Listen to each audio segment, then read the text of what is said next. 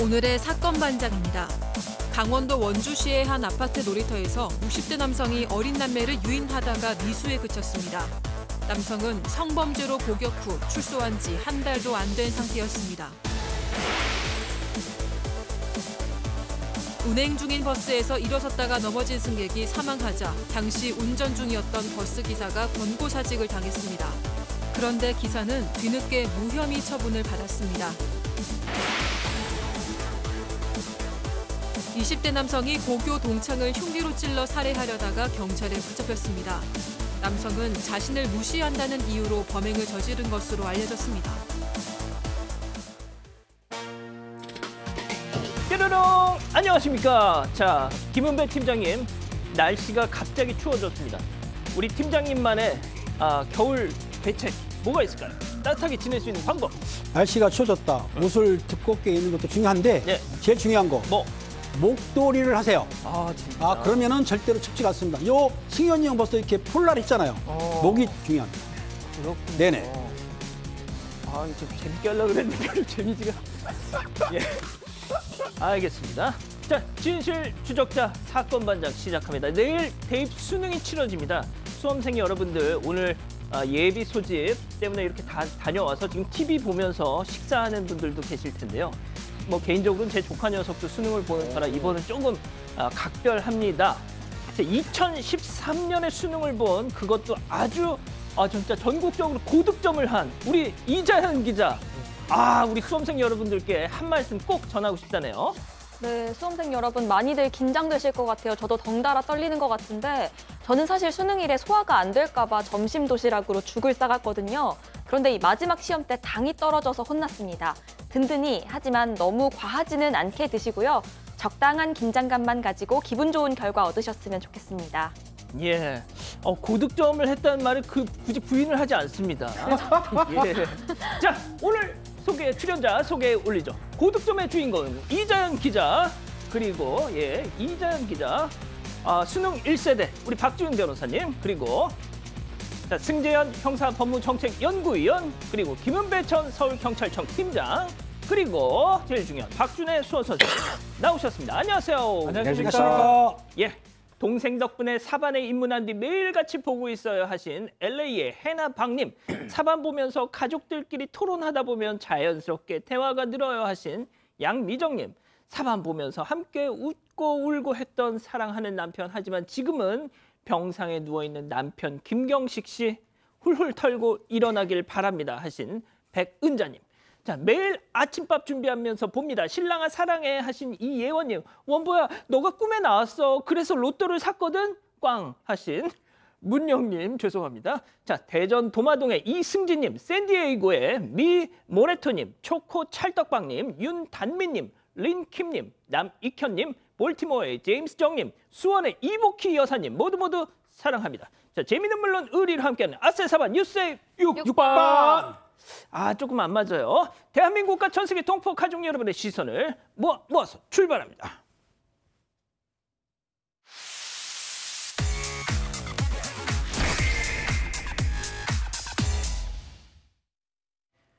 첫 번째 뉴스 가보죠.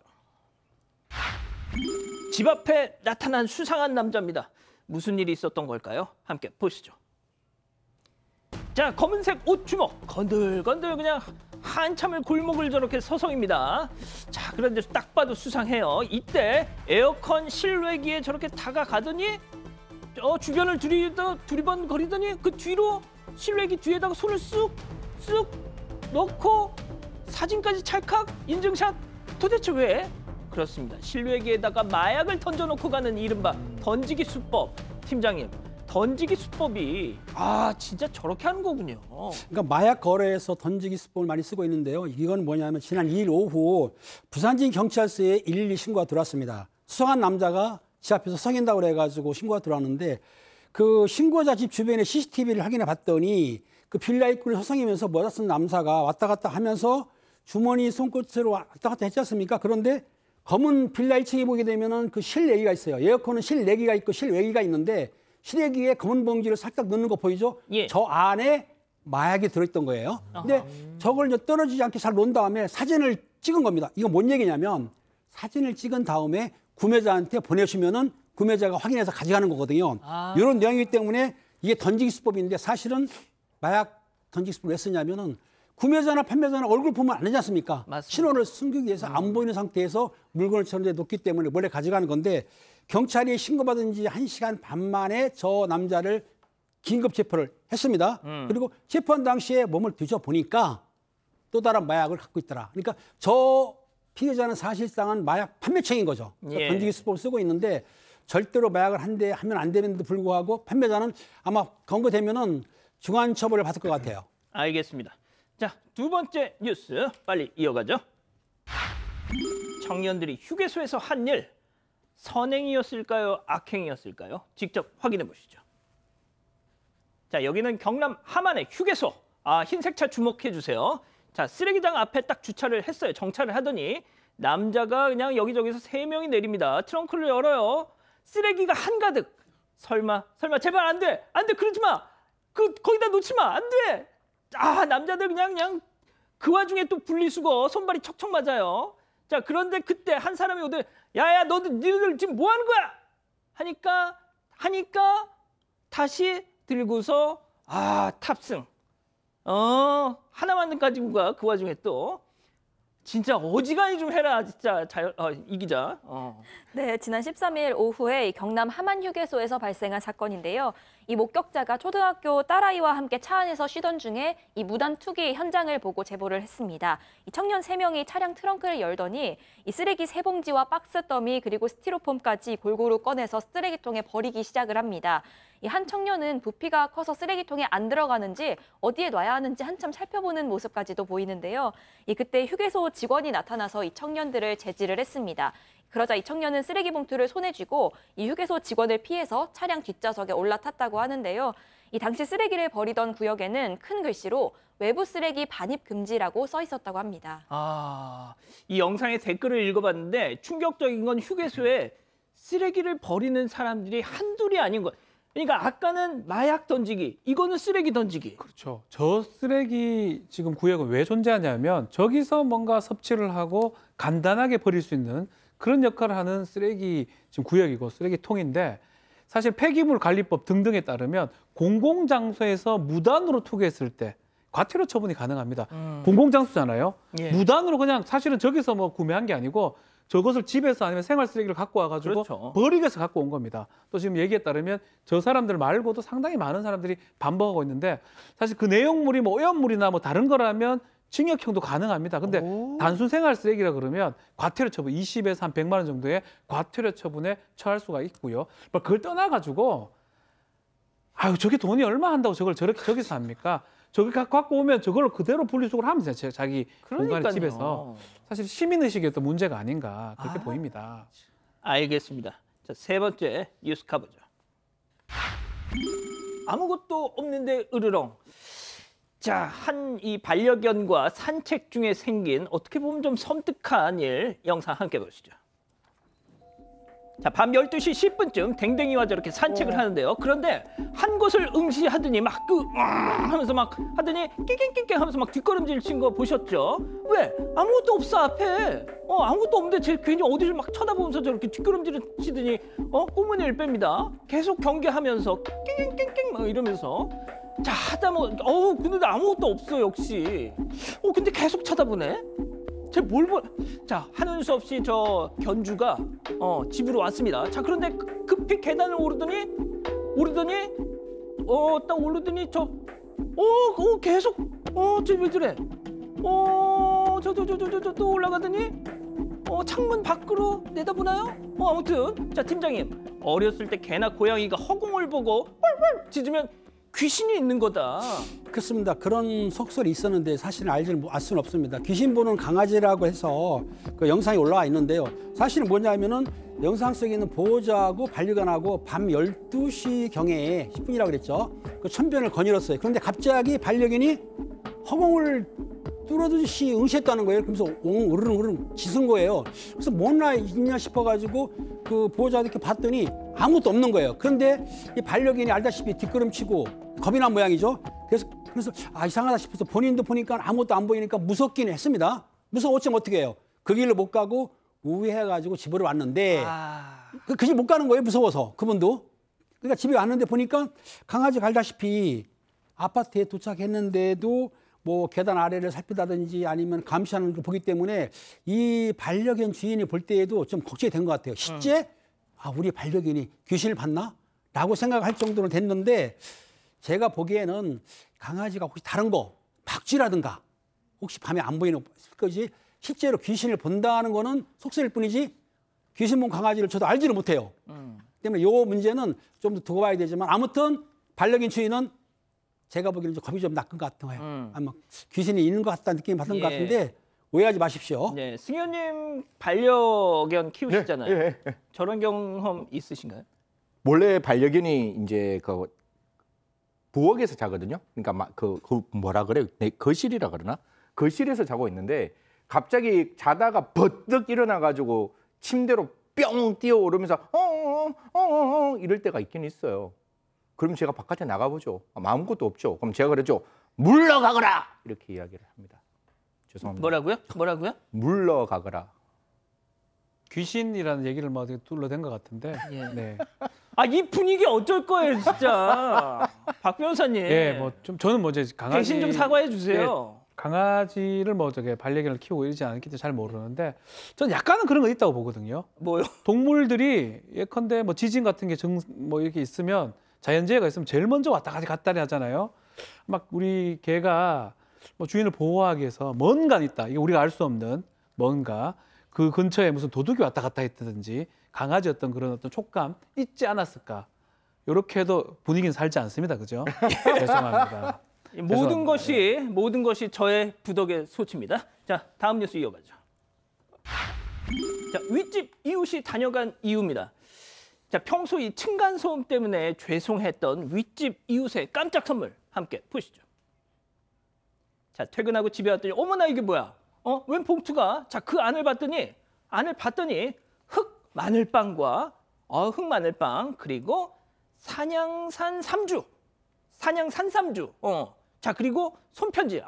명절에 찾아갔었는데 댁에 안 계셔서 이제야 인사드려요. 늘 죄송하고 감사한 마음 약소하지만 이거라도 맛있게 드셔주십시오. 항상 많이 감사드립니다. 그렇습니다. 이 기자. 이렇게 해야 층간소음으로 인한 분쟁이 벌어지지 않는 거예요. 네, 맞습니다. 이 사연의 경우에도요, 이 남자아이 둘을 키우는 이 윗집의 젊은 부부가 아랫집 이웃에게 이 층간소음에 대한 미안한 마음을 이런 선물로 표현했다, 이런 내용이었습니다. 이 어제 아파트 8층에 거주하는 글쓴이는요, 퇴근 후에 이렇게 집에 왔다가 문고리에 걸려있는 봉투를 발견을 했습니다. 그 안을 살펴보니까 이 흑마늘빵 한 봉지와 그리고 산양 산삼주 한 병이 들어있었다고 하는데요. 이 흑마늘빵 상자에는 늘 죄송하고 감사한 마음으로 지내고 있습니다라는 손편지까지 붙어 있었다고 합니다. 이 평소에도 윗집 이웃은 글쓴이를 엘리베이터에서 만날 때마다 너무 죄송하다 이런 얘기를 계속 해왔다고 하는데요. 이 사실 글쓴이도 소음 때문에 신경이 안 쓰인다면 거짓말이라고 합니다. 하지만 이런 모습을 보면서 이해하고 살고 있다고 하는데요. 이후에 이 글쓴이도 이 윗집에 이 와인과 황금향으로 보답을 했다고 합니다. 이 글쓴이는 5년째 아파트에 거주 중인데 이웃과 이렇게 관계가 좋으면 다 이해가 된다라면서 이런 사연을 올렸습니다. 자, 박 변호사님. 네. 저희가 이제 층간소음으로 인한 살인 사건 이런 거 많이 다루잖아요. 네. 박 변호사님이 줄곧 얘기했던 해결책이 바로 저거 아닙니까? 저도 사실 저렇게 하거든요. 저렇게 이제 아이들이 크기 때문에 그러진 않았는데 예전에 어릴 때는 좀 더 과한 선물을 해도 됩니다, 사실은. 그러면 그 선물을 보고 또 얼굴을 보고 또 아이를 시켜서 한다 그러면 그거를 보고 뭔가 뛴다고 보다보다 얘들이 조금 걷구나라고 생각하지 그래서 막 공포를 느끼거나 막 짜증을 느끼거나 하진 않습니다. 아주 좋은 방법을 한 것 자, 같아요. 과한 선물 뭐? 그때 되게 비싼 거를 줬었어요. 과일하고 이렇게. 예. 예, 비싼 거요. 오늘 분위기 왜 이래 진짜. 알겠습니다. 다음 사연 이어가죠. 이리로 오세요 선생님. 자, 어떤 사연일까요? 네, 이 3살 연하남이랑 소개팅을 했는데 이 호칭 때문에 기분이 상했다 이런 여성의 사연입니다. 이 여성은 32살인데 29살, 그러니까 3살 연하 남성과 소개팅을 한 겁니다. 1차로 일단 밥을 먹고 2차로 카페로 이동을 하려고 하는데 그 이전까지는 누구씨 하면서 이름을 부르고 있었던 겁니다. 그런데 갑자기 연하남이 이리로 오시면 돼요, 선생님. 이렇게 말을 했다는 겁니다. 딱 한 번 별뜻 없이 한 말 같기는 했는데 왠지 실망감이 느껴졌다고 하는데요. 이 글쓴이는 노안도 딱히 아니고 길거리를 나가면 다들 대학생으로 본다고 하는데 이 갑자기 선생님이라고 불리니까 뭔가 기분이 좀 이상하고 상하기도 했다면서 이런 사연을 올렸습니다. 알겠습니다. 자, 기다리고 기다렸던 부처 핸즈업 타임. 우리 가족 여러분들도 채팅창에 OX로 함께 참여해 보시죠. 아니, 아가씨도 아니고 어이도 아니고 예의 있게 선생님이라고 한 게 도대체 왜 기분이 나빠? 동그라미. 오늘 구도가 좋을 것 같습니다. 자, 아니 아무리 그래도 소개팅 상대한테 선생님이 뭐야? 청 이름이 기억이 안 나면 저기 하면 되잖아, X. 아이, 자, 우리나라에선 저기요로 어지간한 건 다 통하는데 말이죠. 자, 일단 우리 팀장님. 저 지금 미팅을 했지 않습니까? 예. 그런데 연상이라 하지만은 이름 알려줬을 거예요. 데이트했으면 이름을 당연히 기억해야죠. 그리고 만약에 기억 깜빡했을 못하면 수도 있잖아. 그러면 적용해야 되는데 여성분이 직업이 선생님이 아니지 않습니까? 선생님이면 가능한데 아니면은 말씀드린 대로 자기는 뭐 하더라도 저기요는 가능하죠. 자기요? 요거 안 됩니다. 지금 처음 만났는데 자기라고 하면 어떡해. 자기는 과하지만 저기는 되잖아요. 네. 스토킹으로 신고당하죠. 예. 저는 이분이 조금 저기요가 좀 더 문제가 아닌가 싶고요. 이제 첫 만난 사이이기 때문에 아직까지 말을 놓기도 한 것도 아니고 뭐 이름을 기억할 수 있거나 기억하지 못한다 하더라도 선생님이 아주 좋은 호칭할 수 있는 거거든요. 뭐 의사 선생님이나 이런 분들은 선생님의 용어를 많이 씁니다. 잘 모르는 사람이고 처음 본 사람이기 때문에 글쎄 이거를 그렇게 사장님보다 낫지 않나요? 예. 선생님이 딱 정확한 용어예요. 예. 저기요, 자기요. 이거는 좀 과한 딱 선생님이 저는 딱 정확한 그렇게 저걸 자격지심 좀 아닌가. 예. 굳이 저렇게 생각할 필요 없는데. 승현이 생각이 20초 듭니다. 드리겠습니다. 네. 소개팅이라면서요. 알잖아요. 알면 그냥 나올 때 마음에 들면 나 그냥 이름 부르고 싶어. 누나라고 그러고 싶지 않아. 라고 나오면 어떨까? 과하잖아요, 지금 보면 말씀하시는 게. 예. 자, 이 기자 좀 정리 좀 해주세요. 이 분위기 어쩔 거야, 진짜. 아니 근데 저도 선배한테 선생님 이렇게 모르고 실수한 적이 있어가지고 전 이분도 실수였다고 생각을 합니다. 직업병일 수도 있고요. 이 가족 여러분들도 딸기 칸초님도 연상을 떠나서 저도 업무 외적인 장소에도 쌤 이렇게 불러요. 직업병이에요, 유라고 말씀을 해주셨습니다. 그렇군요. 알겠습니다. 자, 충남 홍성군 홍북읍에서 사시는 장문희 여사님. 장문희 여사님 보고 계신가요? 고3 따님 에리미가 내일 수능을 본다고요. 에리미가 평소에 시험 스트레스 받을 때마다 사건 반장 보면서 풀었다고 하죠. 자, 놀랍게도 정말 놀라웠습니다. 우리 재현이 아저씨한테 응원을 받고 싶다? 아니, 왜 많은데 하필 왜 재현이 아저씨? 한번 해주세요. 네, 제 온 마음의 정성을 담아서 시험 푸는 지혜와 지금까지 공부했던 지식이 그 시험장에서 완벽하게 재현되기를 제 두 손 모아 기도하겠습니다. 가자! 만점으로.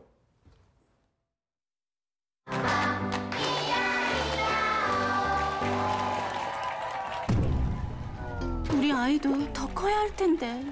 성장판 다치기 전에 아이커로 더 크게 키워주세요. 종근당 건강 아이커. 메가젠 대표 박광범.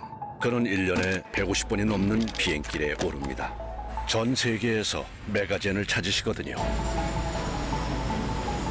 세계에서 인정받는 K 임플란트 메가젠.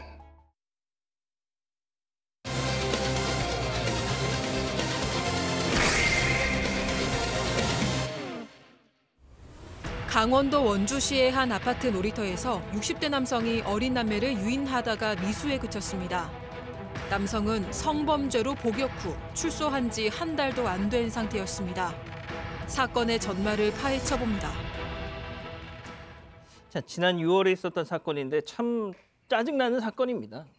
네, 지난 6월에 60대 남성이 오후 4시 18분쯤이었습니다. 강원도 원주시의 한 아파트 놀이터에서요. 이 5살, 6살, 7살 이 남매를 추행하려는 목적으로 이 동전을 줄 테니까 집에 따라오라 이라면서 유인을 했던 사건입니다. 이 피해 아동들이 거부해서 추행이 미수에 그쳤는데 이 남성은 추행, 유인, 미수 혐의 등을 받아서 재판에 넘겨졌습니다. 추행을 하려고 아이들을 동전으로 유인했다. 아직도 이런 인간들이 있습니다. 자, 첫 번째 사건 체크포인트 짚어보죠. 한 달 만에 또. 네. 제발 박 변호사님. 그렇습니다. 출소한 이후 한 달 만에 이런 아동의 어떤 성범죄를 저지른 건데 이 사람의 전과가 좀 많이 있습니다. 이미 전과 14범에 해당하고요. 그 중에서 2002년부터 20년까지 저질렀는데 이 성범죄가 5차례 됩니다. 5차례 되고 그 5차례 중에 4건은 지금하고 유사한 사건이에요. 이 유인 범죄, 아동을 유인하는 그런 범죄를 저질렀다고 하기 때문에 이 사람이 계속적으로 반복해서 유사한 범죄를 저질렀던 게 보이는 것입니다. 자, 전과 14범에 그중에 성범죄가 5차례. 이 다음이 중요합니다. 5차례 중에 4차례가 아동 성범죄.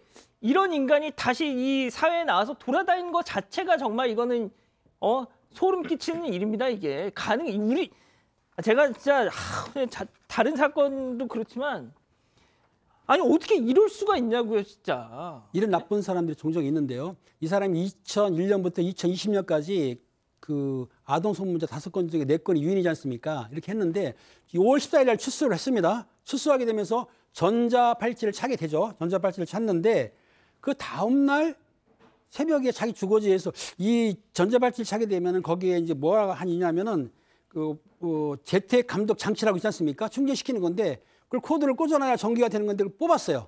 뽑고 외출을 4번 정도 했기 때문에 외출 금지 준수사항 위반도 했고 또 그리고 이 출소한 이 사람 같은 경우에는 13세 아동, 즉 미성년자 아동들한테는 접근을 하면 안 되거든요. 그런데 불구하고 접근했기 때문에 특정인 접근 금지 위반도 했기 때문에 이 사람은 사실상은 이 습관이라든가 이 자기가 하는 그 습벽을 바꿔야 되는데 아니 고쳐야 되는데 불구하고 못 고치고 계속 어린이한테 접근하게 되면 문제가 많은 거죠. 어찌됐든 본인이 전자발찌를 찾는데도 불구하고 어린아이한테 접근을 했던 거죠.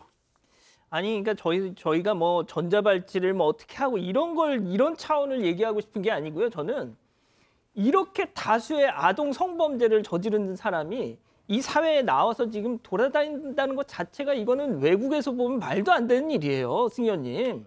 뭐 근데 여러분 시청자 여러분 더 화가 나는 게 이 사람이 했는 그 말이 더 천지분간이 안 되고 공분이 일어날 수밖에 없는데 새벽에 나갔잖아요. 그러니까 자기가 동전을 주고 아이들을 유혹했잖아요. 그런데 이 사람이 뭐라 그러는 줄 아세요? 아이들이 다가왔대요. 내가 갖는 게 아니라. 아니 어떻게 자기가 그렇게 뻔뻔한 짓을 죄송합니다 시청자 여러분 뻔뻔한 짓이라고 이야기할 거예요. 뻔뻔한 짓을 하고 난 다음에 그 핑계를 아이들한테 댈 수 있는지 저는 정말 이런 사람 저는 앵커하고 동등하게 생각합니다. 세상에 나와서 우리와 함께 사는 것 자체를 어떤 형태이든지 막아야 한다라는 생각을 지울 수 없습니다. 자, 이 와중에 그러니까 아이들 핑계를 저는 가만히 있었는데 애들이 먼저 다가왔어요라고 지금 했다는 거예요. 자, 그래서 재판부는 그랬어라고 했어요? 아닙니다. 이 남성에게 징역 4년을 선고를 했고요. 또 이 관련 기관 취업 제한 10년 그리고 전자발찌 부착 10년을 명령을 했습니다. 이 재판부는 동전을 주면서 유인하는 말을 여러 번 하고 또 피고인이 손을 움켜잡아서 무서웠다는 피해 아동의 진술 등으로 볼 때 이것이 유인 행위에 해당한다라고 판시를 했습니다. 그러면서 이 피고인이 소아 성애 장애에 해당하는 성도착증을 보이는 것을 종합하면 이 피고인에게는 피해 아동들에 대한 추행의 목적도 있었다고 보는 것이 타당하다고 적었습니다. 또 이 재판부는 양형에 대해서요, 이 피해 아동과 가족들로부터 용서를 받지 못했고 또 용서를 구하려는 노력조차 하지 않았다라면서 양형 이유를 설명을 했는데요. 이 남성은 1심 직후에 항소했습니다. 하지만 이 검찰 역시도 재범 위험성이 높다면서 항소장을 제출해서 현재 서울고법 춘천재판부에서 항소심을 진행 중입니다. 이런 짓을 해놓고도 징역 4년 받으니까 억울합니다 하면서 항소했어요, 지금. 그렇죠. 이제 가장 문제가 이런 아동에 대한 성범죄자 중 지금 얘기를 했었는데 소아 성애 장애 성향을 갖고 있는 사람들이 많고요. 이 통계에 따르면 40에서 60%가 그런 어떤 장애가 있기 때문에 계속 반복해서 그런 범죄를 저지를 수밖에 없는 상황에 빠진다라는 겁니다. 근데 그런데도 불구하고 사회 재복귀라든지 아니면 뭐 치료라든지 이런 것들이 지금 거의 안 되고 있어요. 그러다 보니까 치료를 받는 사람이 1% 정도도 안 된다고 하고 있고 그래서 이 사람들 단순히 신상정보 등록 이런 것만 해놓고 다시 범행을 저지르는 경우가 반복이 됩니다. 뭐 지금 최근에 법무부가 성범죄자들 특히 아동 성범죄자들 치료 감호를 좀 할 수 있는 것 병원이나 이런 데 좀 치료받게 하는 것, 이 개정을 좀 한다고 하는데 입법 예고를 한 상황인데 이게 좀 통과가 된다 그러면 뭐 처벌도 처벌이지만 치료 부분도 좀 볼 수 있는 상황이 되지 않을까 이렇게 보입니다. 자, 그 채팅창에 오이진 님이 딱 미국처럼만 했으면 좋겠어요라고 하셨습니다. 그래서 준비했습니다. 제가 항상 미국이나 캐나다 또 뭐 외국에서는 어쩐다 이렇게 막 말씀으로만 드렸잖아요. 저희가 그래서 제가 저희 제작진이 그래서 준비했습니다. 실제 미국에서 이런 아동 성범죄자도 아니에요. 그냥 성범죄자. 지역 신문에서 그런 자들을 어떻게 소개하는지 준비돼 있죠. 보여주세요. 자, 승현님. 네. 저 사람 이름이 세인트 클라우드 주에 있는데 저 사람이 드미트리라는 사람인데 저 3레벨 섹스 오펜더예요. 그러니까 전과가 3번 있는 섹스 오펜더인데 저 사람이 어디에 살고 있다는 거를 정확하게 이야기를 해요. 그렇게 이야기를 하면서 저걸 누가 이야기하는가 하면 그 주에 있는 폴리스가 앞에 나와서 자기가 직접 인터뷰하는 거예요. 이 사람이 지금 어느 주소에 어디에 살고 있다. 그냥 당신들 조심해라 라고 하면서 저렇게 사진을 이제 보이고 있는 건데 제가 봤을 때 우리는 그냥 성범죄자 알림이 이에 이야기하는 건데 정확하게 폴리스가 나와서 제가 저 기사를 봤을 때 아마 경찰청장 정도 되는 사람이 정확하게 이런 사람은 우리 주에 살고 있으니 조심해라 이렇게 이야기를 하고 있는 걸 보면 제가 봤을 때 우리나라도 좀 적극적으로 저런 이야기를 해야 되지 않을까. 그리고 지역신문에 저게 다 나와 있다라는 말씀입니다. 우리나라는 그냥 성범죄자 알림이 이에 들어가서 그 얼굴을 확인하는 것밖에 없어요. 저렇게 신문에 정확하게 대문짝만하게 안 나옵니다. 저래 나오면 처벌받아요. 우리 보고 도망가라면서요. 그 얼굴 보고. 그럼 알아야 도망가죠. 좀 적극적으로 알리는 방법. 그 알리는 방법보다 더 중요한 거 변호사님 말씀 주신 대로 못 나오게 만들고 그리고 이렇게 흔히 말해서 그런 준수 위반하면 4년이 뭔가요? 그 준수 위반을 위반했는 정도에 맞게 재범 위험성을 낮출 수 있도록 적극적인 조치가 필요하지 않을까. 국민의 생명 지키는 것, 그 사람의 가해자의 인권도 중요하지만 국민의 생명과 안전도 똑같이 중요하다는 말씀 드리겠습니다.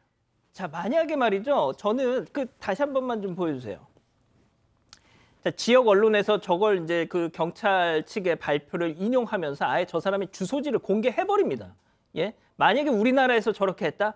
여기저기 인권단체에서 지금 뭐 하는 짓이냐고 하면서 막 경찰청장 뭐 어쩌라고 막 별의별 뭐 항의를 다 했을 거예요. 자, 제가 저렇게까지 하자는 거 아닙니다. 최소한 성범죄자 알림이 사이트에서 8번의 검증 무슨 이런저런 복잡한 절차를 거쳐가지고 겨우겨우 들어가. 저도 너무 어려워가지고 보다가 몇 번을 그만뒀다니까요. 예? 그나마 좀 다룰 줄 아는 저도. 응? 그런 어르신들이나 이러신 분은 어떠겠어요, 그러면. 예? 아니, 이제 저렇게까지는 아니더라도, 최소한, 이런 사람이 우리 동네에 있구나라는 걸 좀 간단하게라도 좀 볼 수 있는 세상이 좀 돼야 되지 않겠습니까, 팀장님? 맞습니다.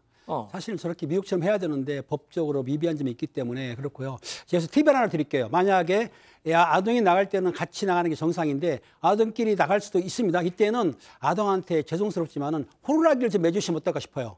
만약 이상한 사람이 다가오면 호루라기 불 수 있게. 그리고 아동한테 교육시킬 때 너가 나가서 놀 때 이상한 사람 오게 되면은 주변 사람들한테 도와주세요라고 소개시키게 만들고 그것도 없을 경우에는 가게라든지 사무실, 식당에 뛰어 들어가서 도와줄 수 있게 구조를 요청할 수 있도록 요거를 계속 집중적으로 시키면 아이가 저같이 인상이 쌓아놓은 사람이 나타났다. 그러면 아이가 놀래가지고 얼어붙는 게 아니고 빨리 뛰어가서 다른 사람한테 도와주세요. 아니면 식당을 도와주세요. 아니면 호루라기 있으면 삐리 부르게 되면은 범죄를 못 하거든요. 이거 중요하니까 꼭 아이들한테 숙지를 시켜주시기 바랍니다.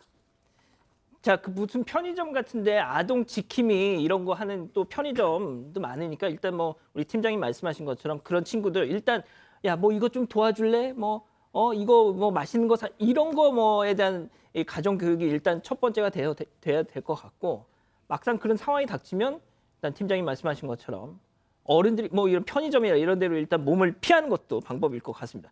자, 첫 번째 사건 이렇게 정리하고요. 두 번째 사건 이어갑니다.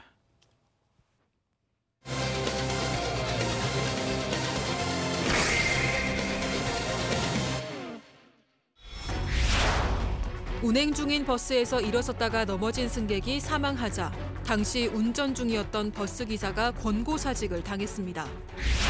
그런데 기사는 뒤늦게 무혐의 처분을 받았습니다.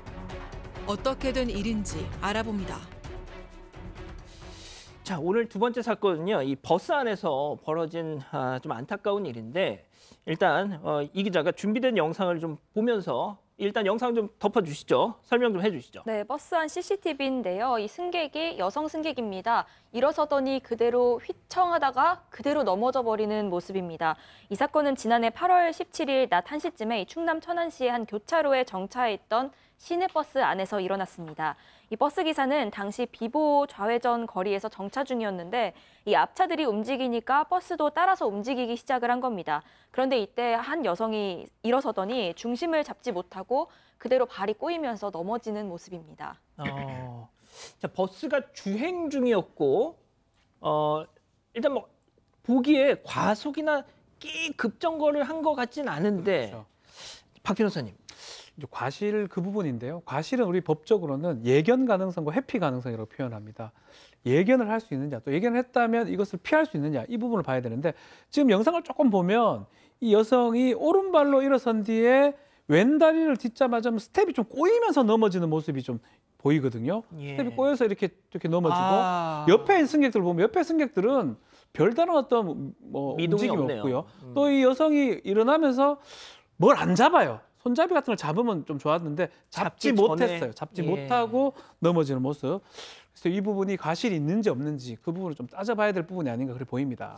솔직히 뭐 저도 뭐 저 정도는 아니지만 중심을 잡고 이렇게 넘어질 뻔한 적은 많았고 또 저런 모습은 어떻게 보면 일상 다반사로 볼 수 있는 일인데 근데 이번에는 조금 특이한 양상으로 흘러갔습니다. 병원으로 이송됐던 아까 쓰러진 분의 상태가 좋지 않았던 거잖아요. 그렇습니다. 그 승객이 쓰러진 뒤에 운전기사분이 119 신고해가지고 이제 119로 후송이 됐습니다. 그런데 문제는 넘어지면서 대퇴부가 골절이 된 거예요. 그러니까 진단이 이제 14주가 나왔는데 수술을 했습니다. 수술했는데 아마 심폐기능상의 문제가 있으니까는 중환자실에 이제 넣어야 된다 그래가지고 소견이 나오니까 중환자실에 있었는데 다음 날 불행하게도 그 승객의 보호자가 연락이 왔습니다. 다치신 분이 사망했다고 연락이 온 거예요. 아이고야. 그러니까 이제 그 버스 기사한테 연락이 와서 단순히 사망한 게 아니고 버스 기사가 낸 사고 때문에 안전사고 때문에 사망했다고 그 승객의 보호자는 이렇게 주장을 했던 거죠. 그러니까 운전기사분은 자기 잘못이 진짜 있나 없나도 모르겠지만 차에서 넘어져서 다쳤고 그걸로 인해서 수술했는데 수술에 사망했기 때문에 이 문제가 발생하게 된 겁니다. 자, 일단 승현님 이게 네, 정말 저희가 왕왕 이런 버스 안에서 벌어진 상황을 전해드리는데 일단 기사님들 입장에서는 좀 억울할 것 같아요. 뭐 사실 지금 뭐 피해자가 사망하는 사건이라서 제가 뭐 이렇게 크게 뭐 다르게 말씀드릴 수는 없지만 그냥 팩트를 세 가지로 이제 들어서 말씀을 드릴게요. 첫 번째 그 피해자 사망하신 피해자에게 먼저 뭐 이제 고인의 명복은 빌면서 그분이 백신 주사를 맞았대요. 백신 주사 맞고 난 다음에 좀 힘이 없는 상태에서 이렇게 쓰러졌는 모습이래요. 그리고 난 다음에 이제 사망했는 걸 왜 사망했는지를 이제 그 의사협회에 좀 요청하니까 의사협회가 이런 이야기를 했답니다. 이게 흔히 말해서 의료과실로, 그러니까 병원에 입원해서 의료과실로 사망한 것도 아니고 백신의 후유증으로 사망한 것도 아니다. 그래서 지금 우리 경감님이 말씀해 주신 대로 대퇴골 골절상으로 인한 후유증으로 심폐기능에 문제가 생겨 사망했다. 여기까지인데 경찰이 이 다음에 이러한 사실을 종합해서 버스 기사를 교통사고 처리 특례법상 치사 혐의로 이제 검찰의 사건을 넘겼기 때문에 아마 사실 버스 회사 측에서는 권고사직 형태의 모습을 보이지 않았느냐 그렇게 말씀을 드리겠습니다. 자, 그런데 이 버스 기사님 뭐가 됐든 자신이 모는 차 안에서 넘어진 분이 사망하셨고 또 한 가지 충격적인 소식이 전해집니다. 이번 사건 체크포인트 짚어보죠. 승객이 숨졌으니까 너 나가라. 박 변호사님. 네, 권고사직을 받았다는 거예요. 어쨌든 간에 버스 기사였고 버스 운행 중에 안전사고로 승객이 사망이기 때문에 나가라. 권고사직을 했다라고요. 법적인 부분하고 좀 달리 봤던 것 같아요. 예전에 블랙박스나 이런 CCTV 별로 없을 때는 사실 큰 문제가 없었는데 지금은 블랙박스 대부분 있습니다. 지금 그대로 찍혀 있죠. 과연 저게 과실이냐? 과실이나 어떤 행위를 운전자가 행위를 해야 되고 그 행위에 의해서 사망의 결과가 발생해야 되는데 행위라는 게 지금 사실 속도를 조금 올렸던 부분이에요. 그래서 행위를 함으로써 저렇게 다 넘어질 거를 예상할 수 있어야 되고 그 예상을 했음에도 불구하고 과속을 했기 때문에 사고를 냈고 넘어져가지고 사망을 했다. 이게 인과관계에 대해서 과실이 성립하는 건데 지금 보면 이 승객의 과실이 좀 더 커 보입니다. 꼬였던 부분하고 잡지 못했던 부분. 그리고 저거라도 잡았어야 돼요. 손잡이를 보니까 저 손잡이를 잡든지 아니면 앞에를 잡든지 했어야 되는데 그런 부분들이 좀 손잡이의 흔들림을 보면서 차가 뭐 급정거를 했느냐 이런 것도 보지 않습니까? 그렇죠. 그것 때문에 옆에 보면 미동이 별로 안 돼요. 급정거했다고 보긴 좀 어려요. 저 정도면 넘어지긴 좀 어렵지 않나. 그것 때문에 법적인 부분하고 달리 회사에서는 그냥 나가라. 공고사직 했던 그 부분이 지금 좀 쟁점이 되는 그런 상황으로 보입니다. 자, 경찰은 이거는 치사 혐의가 있다 해서 검찰로 넘겼는데 자, 검찰의 판단은 어땠습니까? 일단 최종적으로 검찰은 이번 사건에 대해서요 불기소 처분을 내렸습니다. 혐의가 없다고 본 건데요. 하지만 이 버스 기사는 이미 퇴직금까지 받고 퇴직을 한 상황이었던 겁니다. 이 때문에 이 버스 회사 측에서는요 이 해당 기사에게 다시 재입사를 할 수 있도록 조치를 취했다라고 이 버스 기사를 통해서 뒤늦게 전해졌습니다. 예. 일단 뭐 돌아가신 분께서 약간 컨디션이 안 좋은 상태셨던 거는 같아요. 그런데 저는 그렇습니다. 그러니까 항상 저희가 이런 사건을 전해드릴 때마다 말씀드리는 게 팀장님, 그러니까 보통 기사님들이 버스가 멈추면 그때 일어나라고 이렇게 안내를 하시잖아요. 보통 그렇게 말씀도 하고 그렇게 원칙인데 아마 그 정류장을 지나칠까 봐 두려움 때문에 미리 일어나는 분이 계셔. 저도 가끔 그런 게 있는데 일어나시면은 손잡이를 꽉 잡아야 되는데도 불구하고 그걸 안 잡기 때문에 이런 사고가 발생했는데 어쨌든 그 유족 입장에서 볼 때는 안타까운 죽음입니다. 그렇다 하더라도 그 버스 기사분이 사실은 큰 잘못은 없거든요. 그렇지만 경찰에서는 일단은 기소기원으로 송치를 했고 검찰에서 무혐의 했으니까 다행이긴 한데 그런 거에 너무 가슴 아파하지 마시고 열심히 또 시민을 위해서 일해 주시면 좋겠습니다. 알겠습니다. 자, 두 번째 사건 이렇게 정리하고요. 세 번째 사건 이어갑니다.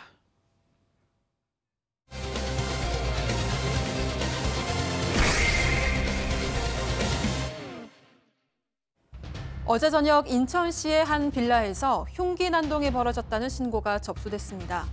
현장에 도착한 경찰은 건물 계단에서 피를 흘린 채 쓰러져 있는 20대 남성을 발견했는데요. 이 남성, 다행히 생명에는 큰 지장은 없었습니다. 그런데 112에 신고를 한 건 다른 누구도 아닌 흉기 난동을 벌인 가해 남성이었습니다. 그런데 막상 신고를 받고 출동한 경찰에게는 흉기를 휘두르면서 완강하게 저항했는데요. 결국 테이저건을 맞고서야 검거됐습니다.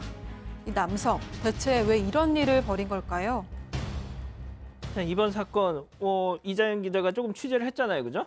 예, 맞습니다. 어제 저녁 인천시 서구의 한 빌라 2, 3층 사이에 있는 계단에서요. 한 20대 남성이 어깨 등의 부위를 흉기로 여러 차례 찔린 채로 발견이 됐습니다. 이 가해 남성은 범행을 저지른 직후에 스스로 112에 신고를 했는데요. 그런데 정작 경찰이 도착을 했을 때는 이 경찰에게도 흉기를 휘두르면서 완강하게 저항을 했습니다. 결국 이 경찰이 테이저건을 발사해서 제압하고 검거까지 했습니다. 이 피해를 입은 20대 남성은 병원으로 옮겨져서 치료를 받았는데 다행히 상처가 깊지는 않아서 생명에는 지장이 없는 상태입니다. 이 가해 남성이 근데 미리 흉기를 준비를 했더라고요. 맞습니다. 가해 남성이 범행 당일에 문구점에 들려서 문구용 가위죠. 가위를 좀 사가지고 피해자 집에 갔다라고 하는데 왜 했느냐라고 이제 좀 물어보니까 피해자가 자신을 좀 무시해서 그래서 이 범행을 저지르려고 했다라고 하고 다만 그 준비한 가위로 한 게 아니고요. 집에 있던 주방에 있던 흉기 2자루로 이 피해자를 위협하면서 했고 미리 준비했던 그 흉기는 쓰지를 않았습니다. 예. 지금 강문희 님이 딱 그 말씀하셨어요. 자기가 흉기를 휘두르고 또 신고하는 건 뭐냐. 자, 그런데 신고를 했어요. 그래서 경찰이 왔습니다.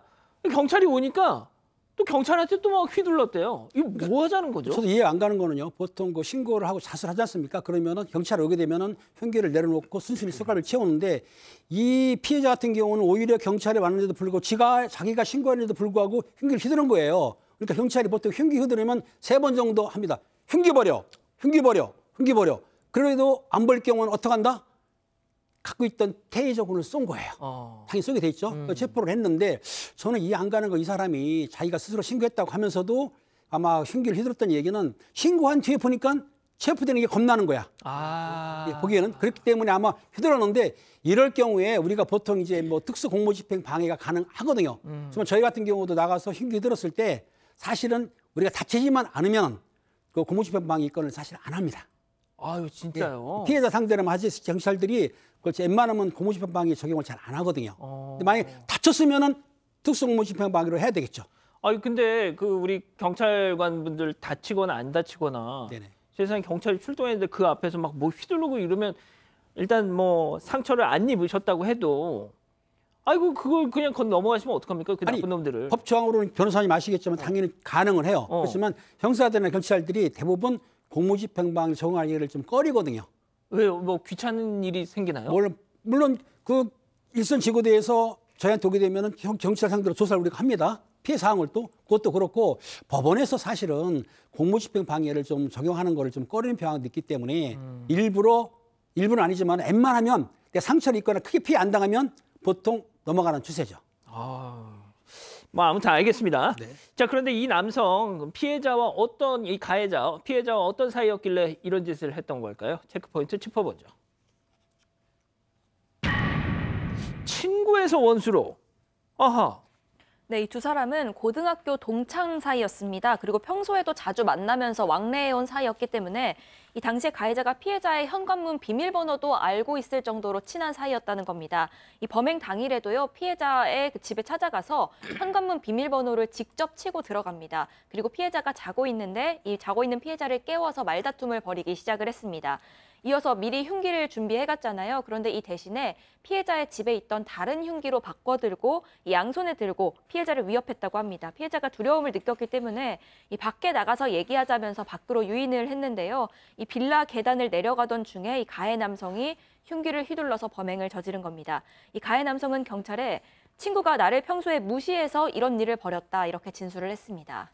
자, 말씀드린 대로 고교 동창입니다. 그리고 집 현관 그 스마트키 비밀번호까지 알 정도면 뭐 상당히 친한 사이 같은데 무시했다.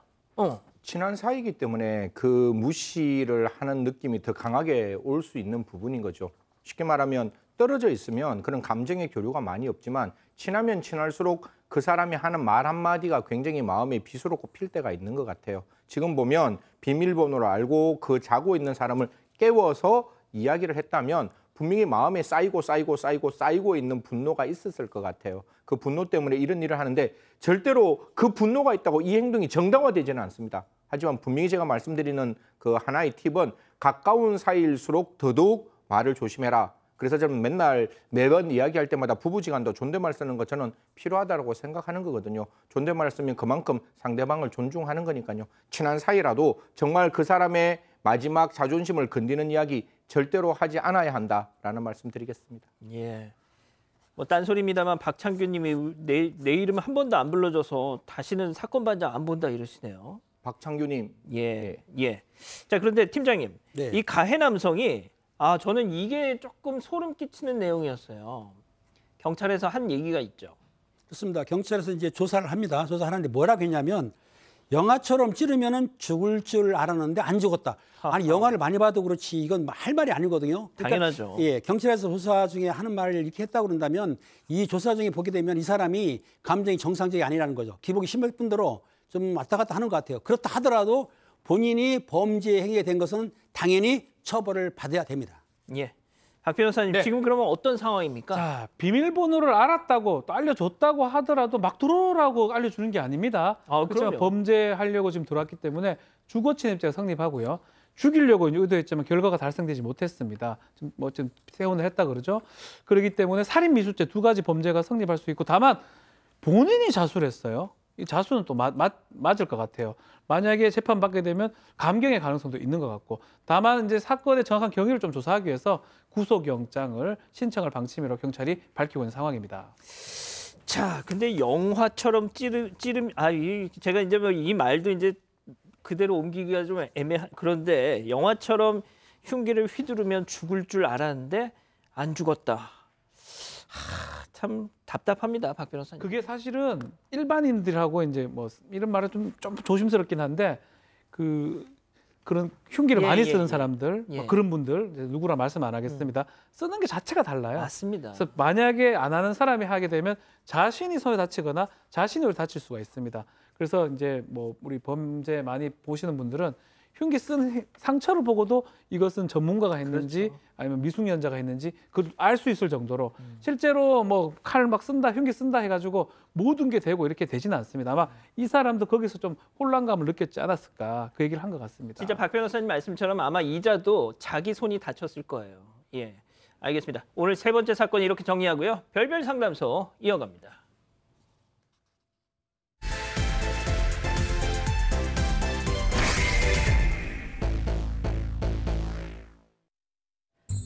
자녀 1남 5남매 가정에서 자란 남편과 결혼을 하게 된 신 씨.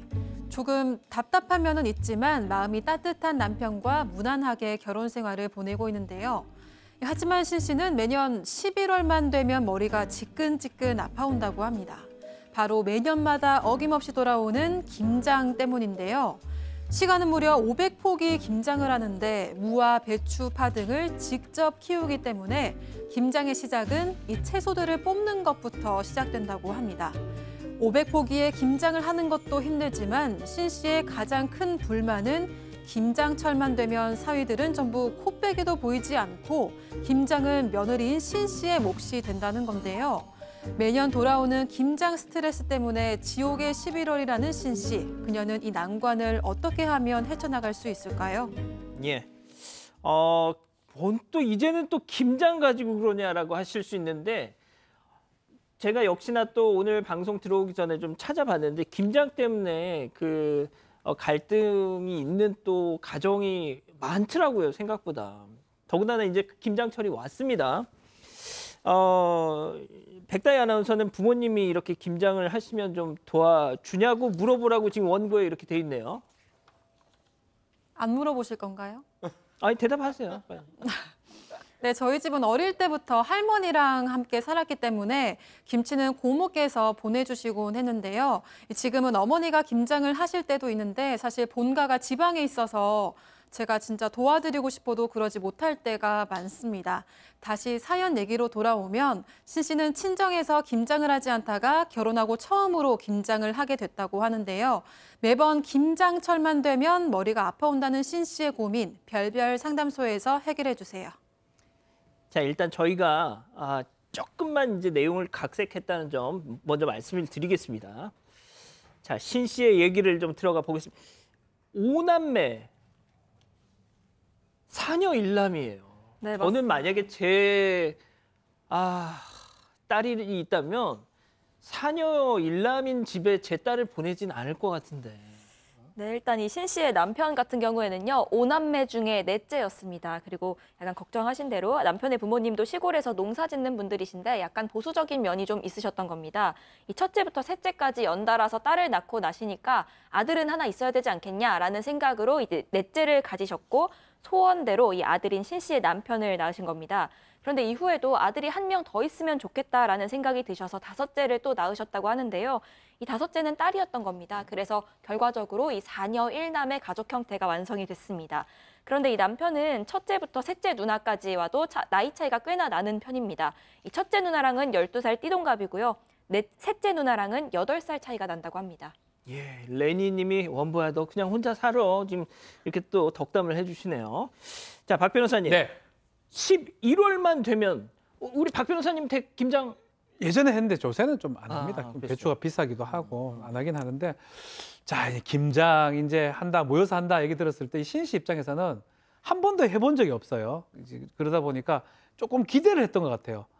설레기도 하고 사람들 모인다 하니까 김치할 때 막 그 김장할 때 그 모습들을 좀 상상하면서 아주 설레이면서 그 주말 드라마에 나오는 그렇죠. 그런 장면들. 어머니 수육 해올까요? 하면서 뭐 이런 거 상상을 좀 했던 것 같아요. 아가야 먹을래? 그래서 이런 거 상상해서 갔습니다. 갔는데 문제가 좀 있습니다. 김장을 무려 500포기를 합니다. 500포기. 말이 500포기죠. 500포기를 하려면 2박 3일이 꼬박 걸리고요. 500포기는 사실 식당용이에요. 식당에서 김치 맛있게 하는 식당 있잖아요. 뭐 탕 같은 거 파는 그런 거기서도 이 정도 하는 거거든요. 그래서 깜짝 놀랐다고 합니다. 그렇습니다. 식당용입니다. 이거는 이 정도면. 그런데 지금 이해 안 가는 건 말이죠. 저도 이제 김장을 가끔 해주거든요. 해주는데 이 500포기는 큰 배추는 4개로 잘라요. 그렇죠? 작은 포기는 2개로 잘라요. 그러면 2,000쪽이란 얘기예요. 맞습니다, 제 말이. 아내분들은 그것까지 모르시는데. 몰랐습니다. 모르시는구나. 예. 그 배추를 그냥 담는 게 아니고 4분의 1로 자르다. 팀장님 진짜 도와주시는 거 맞네. 그럼요. 이게 보통 힘든 게 아니에요. 지금도 하세요, 김장? 제가 작년부터는 와이프가 너무 힘들어서 사 먹자. 사 먹습니다. 근데 어찌됐든 그 시어머니가 식당을 하는 건 아니고 500포기를 담는 건 이유가 뭐냐면 시누이가 옛 아닙니까? 그러면 시누이들만 먹는 게 아니고 또 가져가. 누구를? 자기의 시댁, 시올드로 보내려고 가져가요. 왜? 이 시어머니가 솜씨가 좋아. 김치가 맛있어. 그렇기 때문에 가져가기 때문에 많이 했는데 그것도 많잖아요. 근데 이 시어머님이 마을에 간도 주고 주변 사람도 주고 또 없는 사람 나눠주고 그러니까 음식 솜씨가 좋은 사람들은 나눠주더라고요. 집이 다 먹을 수는 없죠. 도저히 못 먹죠. 나눠줘야지. 500포기라 그래서 제가 볼 때는 저 다시 한번 봤어요. 50포기가 아니고 500포기네요. 이거 하려고 그러면은 2박 3일 넘어갑니다. 왜냐하면 준비물이 많아요. 어찌됐든 시누이들이 가져가서 나눠준다. 그리고 시어머님이 여러 사람 나눠준다. 이렇게 해서 500포기 하는데 신모 씨는 참 너무나 힘들겠네요. 예. 근데 문제는 그냥 뭐 500포기 김치 뭐 배추 500포기를 그냥 배달받아서 이렇게 하는 게 아니라 그걸 다 재배해서 지금 시작한다는 게 문제예요, 지금. 그러니까 뽑는 거는 다 또 도와주네요. 뽑는 거는 보면 아까 저 사녀가 있고 그다음에 일남인데 이 사녀의 그 사돈 그러니까 뭐 사위들이 와서 다 이렇게 으쌰 이래가지고 500포기는 다 뽑는데요. 뽑고 난 다음에 이제 남아있는 이 500포기가 어떻게 되는지가 오늘의 키포인트가 아닐까 생각합니다. 뽑아주는 거는 같이 한답니다. 자, 어차피 다들 먹을 김치니까 다 함께 모여서 김장을 하면 문제 없는 거잖아요. 그렇죠. 그런데 문제는 그 이후입니다. 이 배추랑 무를 다 뽑고 나서 다음 날부터 이제 본격적인 김장을 시작을 하잖아요. 그런데 이때 이 사위들은 모두 다 골프를 치러 나간다는 겁니다. 심지어 막내 동생 사위는 신 씨보다도 훨씬 어린데 그래도 뭐 여전히 남자들끼리 골프를 치러 나간다고 하는데요. 이 다 같이 썰고 다듬고 김장 위해서 준비할 게 이만저만이 아닌데 이 사위들은 전부 다 놀러 가고 시누이, 신 씨, 그리고 신 씨의 남편만 남는 겁니다. 이 추운 날에 수도가에서 배추 씻고 뒤집고 절이고 하는 과정들이 이 신 씨한테는 너무 힘든데 이 시누이들이야 본인 집이니까 편한 일만 좀 찾아서 하려고 하는 면도 있고 또 중간중간 쉬면서 하는 게 가능하다는 겁니다. 그런데 이 신 씨는 시가가 아무래도 어렵다 보니까 그것조차도 더 힘들다고 합니다. 하긴 그렇습니다. 이제 며느리들이 김장하러 이렇게 간다는 얘기는 뭐 많이 왕왕 듣고 또 아까 우리 박 변호사님 말씀드린 주말 드라마 속에 나오는 뭐 그런 장면들. 근데 사위들이 장모님 저 김치하러 왔습니다. 뭐 김장 담그러 이런 모습은 잘 상상이 안 된단 말이죠. 그렇죠. 또 가기는 뭐 가는데 이제 남자들이 하는 게 좀 힘쓰는 일들을 위주로 많이 합니다. 뭐 나르거나 뭐 이런 것들을 위주로 하고 이렇게 손재주 같은 게 좀 떨어지기 때문에 같이 또 김장을 하는 경우는 좀 드물지 않나. 그래서 이런 일이 좀 생긴 게 아닌가. 그렇다 골프 치러 가는 거는 조금 모양새가 좋진 않네요. 네. 자, 그런데 이제 그나마 다행인 건 시누이들이 안 한 건 아니에요. 네. 하지만 시누이들이야 자기 집에서 하는 거니까 편히 있을 수 있지만은 친정엄마 앞에서 뭐 옷도 가볍게 편안하게 입을 수 있지만 며느리는 또 그게 아니잖아요. 불편하죠. 예. 근데 사실은 이 과정에서 말들이 좀 한명 앉아서 뭐 2박 3일 하게 되면 별의별 얘기들이 다 하지 않겠습니까? 어떤 얘기요? 남편은 이제 골프 치러 갔고 그래서 신 씨가 아니 우리도 같이 뭘 하든가 남편이 그래도 못하면 옆에 대기라도 하고 있어야 돼요. 수육 먹으려고 그 김장김치 먹으려고. 근데 저렇게 가면 되냐 하니까 이제 시누이들이 뭐라 하면 평소에 못 노니까 좀 어울릴 기회를 줘야 된다. 골프 치는 게 맞다라고 얘기하니까 나도 애 보고 힘들다. 네가 뭐 힘드냐. 그리고 며느리가 할 일을 우리 시누이들이 다 도와주는데 너 고마운 줄 알아라. 이런 얘기를 한 겁니다. 이 신 씨 입장에서는 이게 김장도 힘들고 그것도 힘들지만 더 문제는 이런 말들이 속이 상한 거예요. 예. 남편도 그렇고 또 특히 시누이들이 뭘 도와준다고 그런 얘기 한다는 게 기분이 좀 언짢았던 것 같습니다. 참, 뭐 단순히 그런 얘기도 또 그런 얘기고 또 김장을 담그는 과정에서 왜 그런 젓갈을 쓰냐, 김치속을 왜 그렇게 하냐, 또 이런 또 잔소리 나오기 시작하면 대책이 없거든요, 승 의원님. 네, 맞습니다. 근데 여기서 지금 우리 머릿속에 한 사람이 남아있지 않나요? 누구요? 신 씨의 남편. 다 골프 치러 갔는데 신 씨 남편만 남아있다면서요. 그러니까 남아있으면 이 사람, 그러니까 이분이 어떻게 하느냐에 따라가 분위기는 달라질 것 같은데 신 씨의 남편은 이제 속 좋은 소리 합니다. 가서 좀 쉬어. 네가 이렇게 일을 할 필요 없는 거 아니야. 쉬어라고 이야기를 하는데 신씨 남편은 그렇게 말해도 신씨 남편의 어머니가 과연 이걸 내버려 두겠냐고요. 보수적인 그 어머니가 시어머니죠. 시어머니는 남편이 이런 거 하는 거 되게 싫어하는 집안인가 봐요. 그래서 절대로 도와주지 않도록 그렇게 자꾸 눈치를 주고 있는데 남편은 내가 많이 도와줄 테니 잠깐만 가서 쉬어라는 속 편한 소리만 계속했다라고 합니다. 그러니까 이제 신씨 입장에서는 남편한테 하고 싶은 얘기가 그거였을 거예요. 니네 집 김치를 왜 내가 와서 담궈야 돼? 그런 거 아니겠습니까? 뭐 그럴 수도 있겠지만은 아니 그건 다 같이 왜 반응이 이렇게 미지근하세요? 아니 그거는 며느리를 너무 시키는 게 잘못한 건데 조금 닮으면 관계가 없어요. 많이 닮은 건데 근데 문제는 또 있습니다. 자, 골프를 끝낸 4명의 사위들이 왔습니다. 힘들었겠죠? 와서 하는 말이 보쌈은 수육은 이게 무슨 말이냐? 김장을 하고 난 뒤에서 그 속절이 겉절이 있지 않습니까? 여기에다가 새우젓 찍어가지고 그 보쌈을 먹게 되면 최고인데 거기에 플러스 막걸리까지 먹으면 최고거든요. 남자들은 속 좋은 소리 하는 거예요. 그럼 어떻게 여성분들이 당연히 치워놓고 상차림 때 해야 되는 거예요. 상차림 하는데 자기들은 놀고 와서 저렇게 먹는데 우리는 아직도 일해야 돼. 뒤치닥거리도 많아. 얼마나 화나겠습니까? 그러니까 이 시시 같은 경우에는 이거를 밥상을 들러 엎을 수도 없고 그렇잖아요. 화만 부글부글 끓는 거죠. 이런 집으로 시집 가면 정말 힘듭니다. 그러니까 만약에 제 딸이 시집 안 갔으면은 우리 집으로 오게 되면은 행복할 텐데 이런 집을 가시면 안 되는 거죠. 이자연 기자는 혹시 이런 걸 뭐 부모님 세대에서 본 적 있어요? 사실 제 주변에는 없는데 그 40대 그 주부신데 안동 종갓집 며느리분의 그 사연을 본 적은 있거든요. 근데 이 집도 종갓집이니까 김장을 아주 많이 하신다는 거예요. 그런데 남자들은 안 하고 여자들만 일을 해서 문제인 건데 그런데 이 집은 분란이 없는 게 이 남편이 명절을 지내거나 아니면 김장을 하거나 이런 큰일을 하고 나면 아내분한테 보상을 해주신다는 겁니다. 뭐 예를 들어서 우리 집 와서 힘들게 일했으니까 여행 다녀와 하면서 장모님이랑 여행을 보내준다든지 아니면 뭐 비싼 가방을 사준다든지 뭐 이렇게 보상을 준다는 겁니다. 그래서 이 주부분 같은 경우에는 일이 힘들긴 하지만 남편이 이 마음을 알아주기 때문에 그렇게 큰 고민은 아니다. 뭐 이런 사연이 있기는 했습니다. 조현경 님이 지금 이거 보시다가 열받아가지고 핸드폰을 던지셨대요. 알겠습니다. 지금 자 그러면 이쯤에서 별별 상담소 오늘의 궁금증을 짚어보죠. 자 500포기 김장하는데 이 사위들은 골프, 일은 전부 며느리 몫이랍니다. 박 변호사님. 그렇죠. 사실은 이거는 이제 단적인 예로 보이는 건데 이혼을 하거나 뭐 이렇게 갈등 요소 중에 가장 좀 많은 요소가 상대적인 어떤 내용들이 많은 것 같습니다.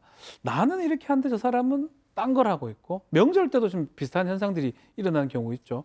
예컨대 며느리는 일을 열심히 하는데 우리 남편은 지금 놀고 있고 특히 시어머니가 우리 남편을 보호해 주려고 그런 모습을 봤을 때 그 분노 같은 게 더 치밀어 오릅니다. 그러다 보니까 명절 이후에 이제 뭐 이혼하는 그런 확률이라든지 그게 높다는 게 일반적인 얘기이기도 하고요. 예. 김장도 사실은 뭐 요새는 김장을 하는 집이 그렇게 많지는 않지만 없죠. 어쨌든 간에 이렇게 이런 어떤 갈등적 요소 많이 모여 있는데 한쪽은 배짱이처럼 놀고 있고 한쪽은 개미처럼 일하고 있고 그것을 개미 입장에서 봤을 때 본인이 왜 이걸 하냐 이런 갈등이 생길 수가 있고요. 이런 갈등이 기반이 돼서 이혼을 하는 경우도 왕왕 있는 것 같습니다. 예.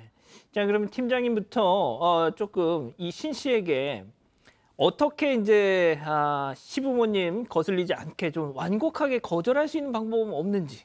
그래서 신 씨 입장에서는 못 간다 말하면 안 되는 거죠. 가족 문제이기 때문에. 그러면은 김장철 되면은 그 날짜 맞춰가지고 이분이 나 아파요. 아파서 못 가겠어요. 간단해요. 아프다는 말 핑계지만 그게 가장 현명합니다. 뭐 결과적으로 못 가는 거잖아요. 그럼. 안 가야 되죠. 예. 이 가서 스트레스 받는데 어떻게 갑니까? 이건 가면 안 되는 거예요. 예. 이분이 이걸로 인내하는 게 아니고 지금 우라가 치미는데 병 생깁니다. 가면은.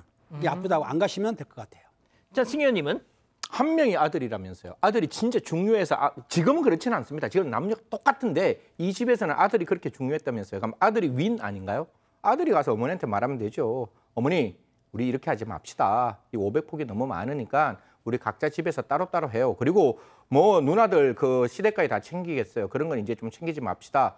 제 아내 제가 소중하게 생각하니까 어머니도 제가 소중하다면 저희 아내도 좀 소중하게 생각해 주세요. 엄마 500포기 이제 싫어? 라고 이야기하면 어떨까 싶습니다. 자, 그루비님, 은지님이 팀장님 매년 아프다고 할 수는 없잖아요. 넌 어떻게 김장 담글 때만 아프니 이럴 텐데. 그래도 한 게 없습니다. 시어머니도 핑계인 줄 알아요. 그렇지만 거절하는 방법이 그게 참 부드럽다는 얘기죠. 어차피 안 올 건데. 알고도 아프다고. 속아주신다. 시부모, 시어머니가 그 정도의 여유는 있지 않을까요? 팀장님, 네. 박 변호사님. 저는 뭐 이게 안 가긴 좀 어려울 것 같고요. 뭐 한 몇 년에 한 번씩 아프다고 하는 게 좋을 것 같고 매년 그러면 조금 문제가 요새 뭐 이런 것도 가짜 그 깁스하는 그런 것도 있다고 하니까요. 뭐 그런 것들을 이용해서 이제 찍어서 보내는 방법도 있는데 계속 안 갈 수는 없을 거니까 가게 되면 지금 불만 중에 하나가 상대적 이건 부분들이 있어요. 같이 하자고 해요, 같이. 골프 같은 치지 말고. 골프는 무슨 골프? 그 같이 하고. 아니, 때리려고 그랬어요. 아니요, 너무 골프 얘기를 하길래. 그걸 하고 손이 올라가. 올라가긴 했는데 우리 지금 이장기가 말했던 거, 그 안동 종갓집처럼 남편이 나중에 보상을 확실히 좀 해주는 거. 2박 3일 갔다 왔는데 일한 거에 비해서 한 10배 정도 혜택을 받는 그것을 요구를 해가지고 남편이 해주도록 그렇게 만들면 조금 스트레스가 좀 덜 하지 않을까. 저는 개인적으로 생각이 듭니다. 예. 자, 이 기자 뭐 본인 생각 더하기 우리 가족 여러분들. 네, 가족 여러분들도 온갖 이런 해결책들을 제시를 해주셨는데요. 뭐 찡님 입원하세요. 유진숙님 코로나 걸렸다고 하세요. 아이맘두님 가짜 깁스 추천합니다라고 하셨고요. 그 별투더 이투더 맘님은 저는 김치 안 먹어요 하고 가지 않는 건 어떠실까요?라고도 말씀을 해주셨습니다. 아, 그렇군요. 알겠습니다. 자, 별별 상담소 이렇게 정리하고요. 글로벌 픽 이어갑니다.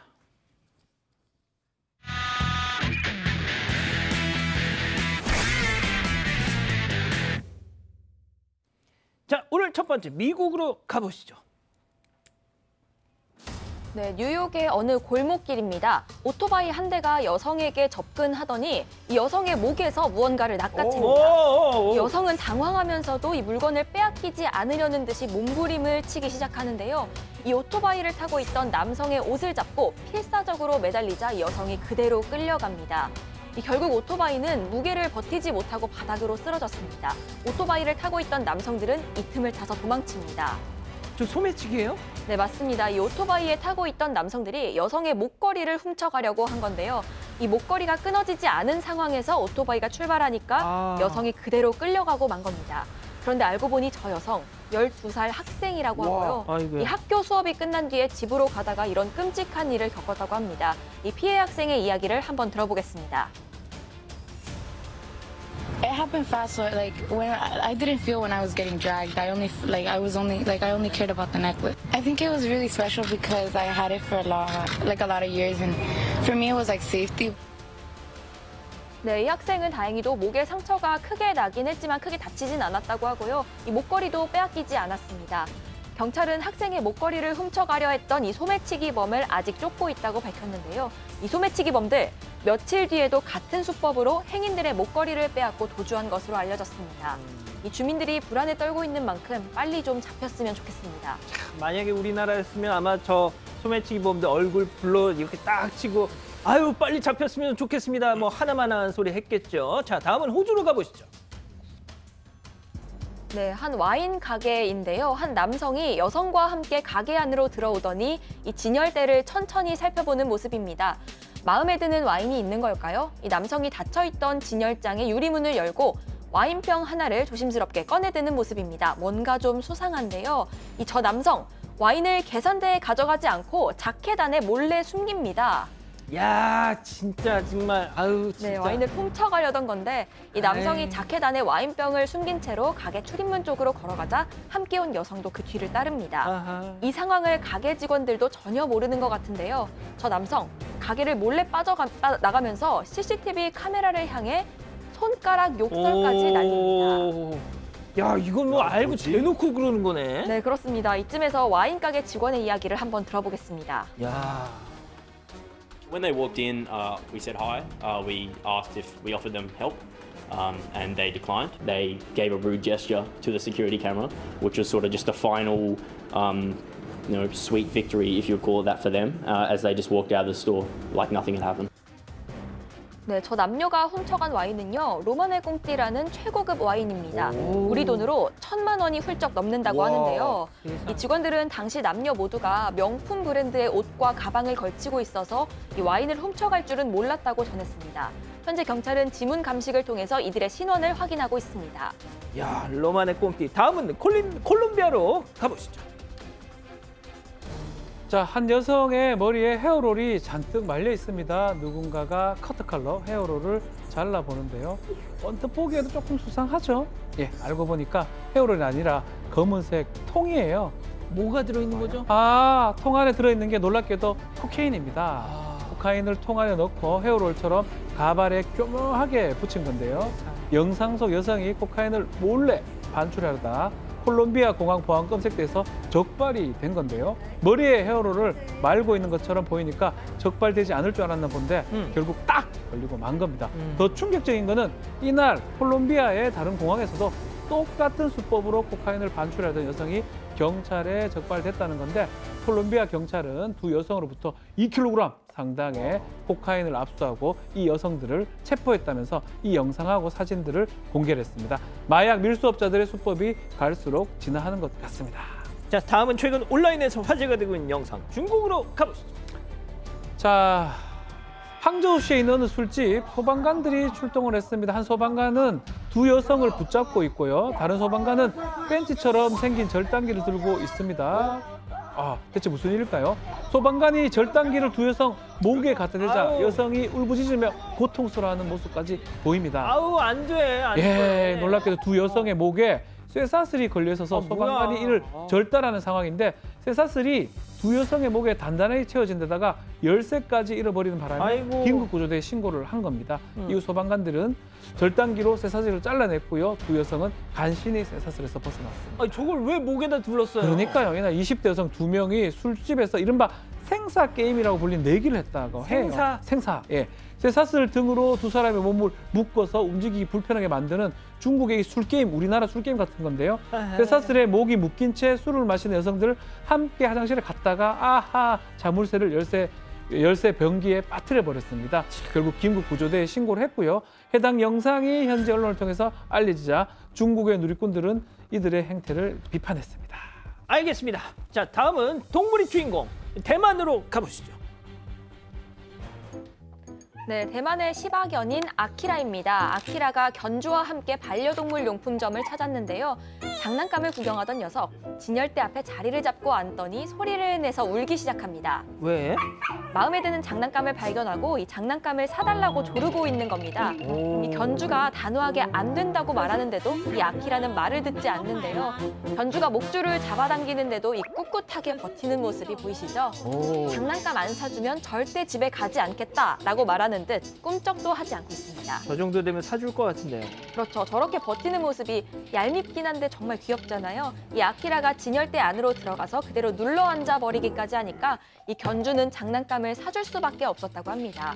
견주는 1살 된 아키라가 엄청난 고집쟁이라면서 원하는 게 있으면 얻을 때까지 조르는 게 꼭 어린아이 같다면서 이 영상을 공개했습니다. 아유, 그러네요. 알겠습니다. 자, 사랑하는 사건 반장 가족 여러분, 행복한 밤 되시고요. 저희는 내일도 별이 6개 판, 4반, 6반, 6시 반에 다시 옵니다. 그리고 이거, 예, 자나깨나 코로나 조심, 안녕히 계십시오.